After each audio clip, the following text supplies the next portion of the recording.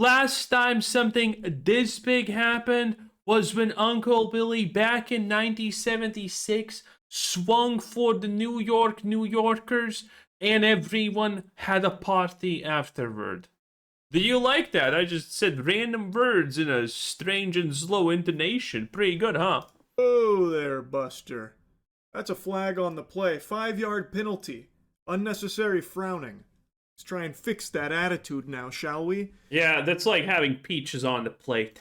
There is a game that just came out a few days ago that's got everyone smiling, it seems, to the tune of over 550,000 concurrent players at its peak. Also known as exactly not marathon. Slay the Spire 2.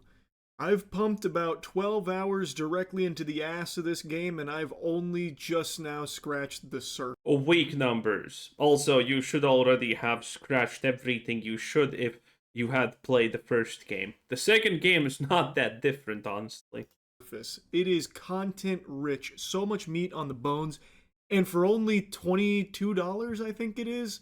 Let me double check. We have technology right at my fingertips. I can't remember. Also, keep in mind, modding is a thing that can happen. If it's $22 or $25, and it looks like it is $25, which I think is a great deal because for the price of a single big arch burger from McDonald's, you can instead get well north of 12 hours worth of content.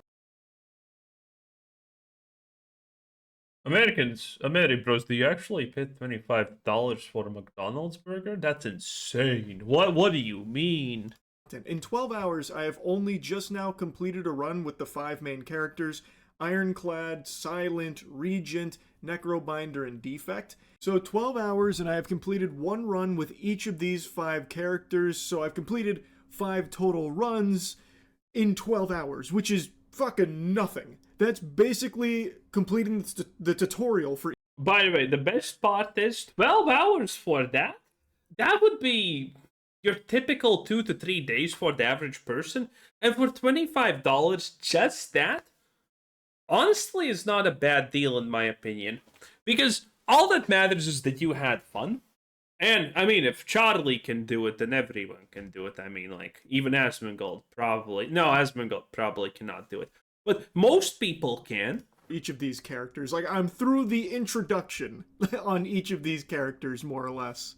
I'm only just now getting to my Ascensions, which, if you're not familiar with Slay the Spire, Ascension is what you do after you complete your first base run, going through the 3 acts. There is so much content. So I think it's a great price point for how much content you get. And I know I've kind of already whole hog, both cheeks out, dove into like my impressions of the game thus far. It's very positive. I think the game is extraordinary. And that's probably no surprise to any of you that follow my gaming channel, which all of you should be following the gaming channel, Moist Critical Gaming. I've got... No, actually, you just should subscribe to my channel. Thank you for everyone who does. I greatly appreciate it. Numerous videos up for Slay the Spire 2. I am loving it. So I wanted to give you my review of the game after 12 hours so far, because a lot of people are seeing the headlines about how popular this game is and how much it's been, going ballistic out there and wondering, well, is the game good? Does it live up to the hype? And I'm here to tell you that, yeah. Let's see, 500k players pretty much instantaneously. Yes, the game does live up to the hype. I don't need anyone to tell me that at this point. If you make a game and it's that popular, day 1, minute 1, and we're not seeing a massive amount of people calling it bad, guess what? It's really good. Because I know this is an unpopular opinion from, all the Vokies and developers and all of those types of losers, but YouTubers don't set the trends what games are good, okay? They just play the good games and rip on the bad games. It's actually ridiculously simple. I think it does live up to the hype. I really think this is something very special. If you played the first Slay the Spire, you know exactly what you're going to be getting in Slay the Spire 2, but everything is improved. The visuals, I also really like the new characters. Regent and Necrobinder, I think, are extremely fun with very, very cool mechanics. A lot of the cards have been improved. I think they've done a great job with Slay the Spire 2 across the board. There's nothing in here I think was like fumbled or lessened. I think everything has only been heightened and has been made even better. Now, for those of you unfamiliar with Slay the Spire, I'll go ahead and lay the groundwork here, the foundation here, hit you with the foreplay. It is a deck building roguelike game, which I know in the current landscape are a dime a dozen. You can go on Steam right now and dumpster dive, finding 40 of those bitches released over the last 2 weeks. Roguelikes have become the new Yeah, and they're really good. They're really fun, like tower defenses. wave, the new hotness, and I know everything is ham-fisting roguelike mechanics into everything, but Slay the Spire is like the OG. Hey, the reason like why roguelike mechanics are light, oopsies, roguelite mechanics are so good is because they're fun. They make losing good because you're getting a goal. This is why people love increment games, and even better, roguelike increment games. Ooh, scary. Deck building roguelike that blew up many moons ago, and the sequel, I think they carry that momentum and show why they're still like the best in the business when it comes to this genre. I really think they nail the formula, and there's just no other game I think that does it this well. I think Slay the Spire is to deck building games what boobies are to happiness. The GOAT. Now, if you know nothing about Overrated? deck building games, deck building roguelikes or anything, I'll just break it down to the bare bones. You will choose a character, and each character plays vastly different from one another. They have access to different cards, and they utilize different mechanics. And they also have a different starting relic, and relics are something that you collect throughout your runs to try and juice your shit in order to, gear your build. Different starting relic means it's typically something that defines how the class plays to a degree. The way you'd like it to go, or all kinds of different things. There are just so many different variations. There are so many different cards and combinations and strategies. It is just endlessly replayable. You go through Act 1, 2, and 3, killing a bunch of enemies, which will give you other cards. You'll have potions that you can utilize in the middle of combat. You'll get relics, and you will always be changing your build around. No runs ever really play the same, even if you try and do like the same thing. For example, if you're playing Necrobinder and you want to laser focus on Doom, you will never have like the same Doom run every single time because the relics will always change.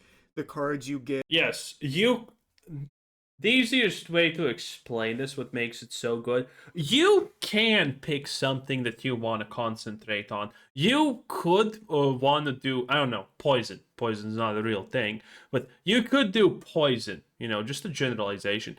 And because everything you get is random, the encounters, the items, the this, the that, you can concentrate everyone on poison, but how it will end up, will it end up breaking, failing, or do you switch up strategies, is always going to be determined by many, many RNG factors that are doubtably going to repeat.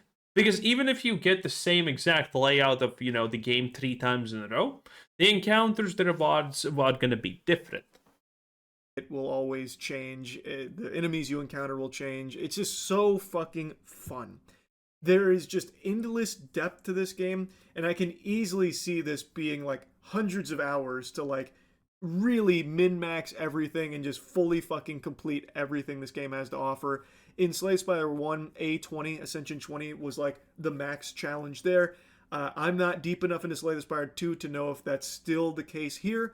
Maybe there's... I didn't do Ascension 20. That's a little bit too much. More, I'm not sure. I'm trying to do most of this blind because I think it's much more enjoyable to go in there and like fully just have things, fucking golden shower on top of you as fresh as they can be. The fun part about roguelikes in general is the fact that it's always best to go in blind because learning what is gonna await you in the future doesn't really matter because, well, you don't even know if that's gonna actually be the future you get. So I've been really enjoying like learning everything through trial and error, discovering things. It's been so fun, and I am only just now at like the very tippity top of the surface here of how much content this game has. I'm playing it daily for multiple hours a day. It's so good. So I truly do think Slay the Spire 2 lives up to the hype. Yeah, it's easily Slay the Spire is easily a game in general that is like, considering it's kind of hard, and if you're a beginner, you have no idea what you're doing. Runs can last only 10 minutes, and you're like, okay, another one, another one, another one, and at one point you just understand, oh wait a minute, 5 hours of my life has passed, which is kind of crazy. And I think the player numbers for Slay the Spire are actually confirming it, which is hilarious. I know this was many years in the making. It was worth the wait. $25 for this much content, I think, is a great price point. I love to see things like that. I know I Yeah, Slay the Spire has so much content, should cost 3K. glazed and commended Hollow Knight Silksong for something very similar, where you get so many hours of content for a low price compared to like AAA games where you'll pay like 70 or Lord help us, God 80, forbid, but 90. unfortunately even $80 sometimes for like a 6-hour game or something, right? Like I think this is just so refreshing. It's super nice and also very simple. It's a game you can enjoy with your friends. Slay the Spire 2 has multiplayer. I just tried it for the first time last night with my buddy Ryan, but it has, I think, 4-player co-op. So you can have a run with your friends too. And they scale it up so that way it's not just like a full-blown fucking steamroll. Like there is a challenge to it. Granted, of course, since there's more of you, there is more flexibility, so you probably will have an easier time, like if you're struggling by playing solo. I know a lot of new players have found it kind of punishing, which it is, and I appreciate that. I think it's a good thing. It It's supposed to be, that's the fun. doesn't hold your hand and put the training wheels on or clobber you with sock'em boppers. It's giving you the raw, knuckle sandwich, and I think that's wonderful, and it will enable you to get better over time as you keep doing runs and figuring. Yeah, the basic stuff, really addictive, really fast, good stuff. Anyway, that was Moist Critical, 10 out of 10. Bye!